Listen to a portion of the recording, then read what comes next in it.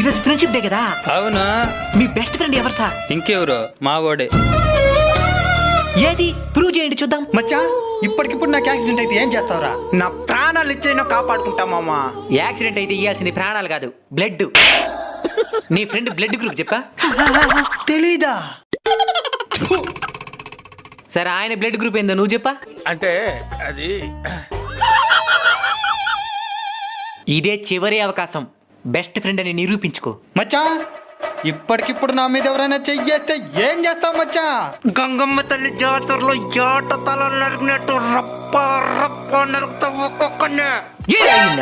మచ్చా, రప్ప రప్ప నరకరి.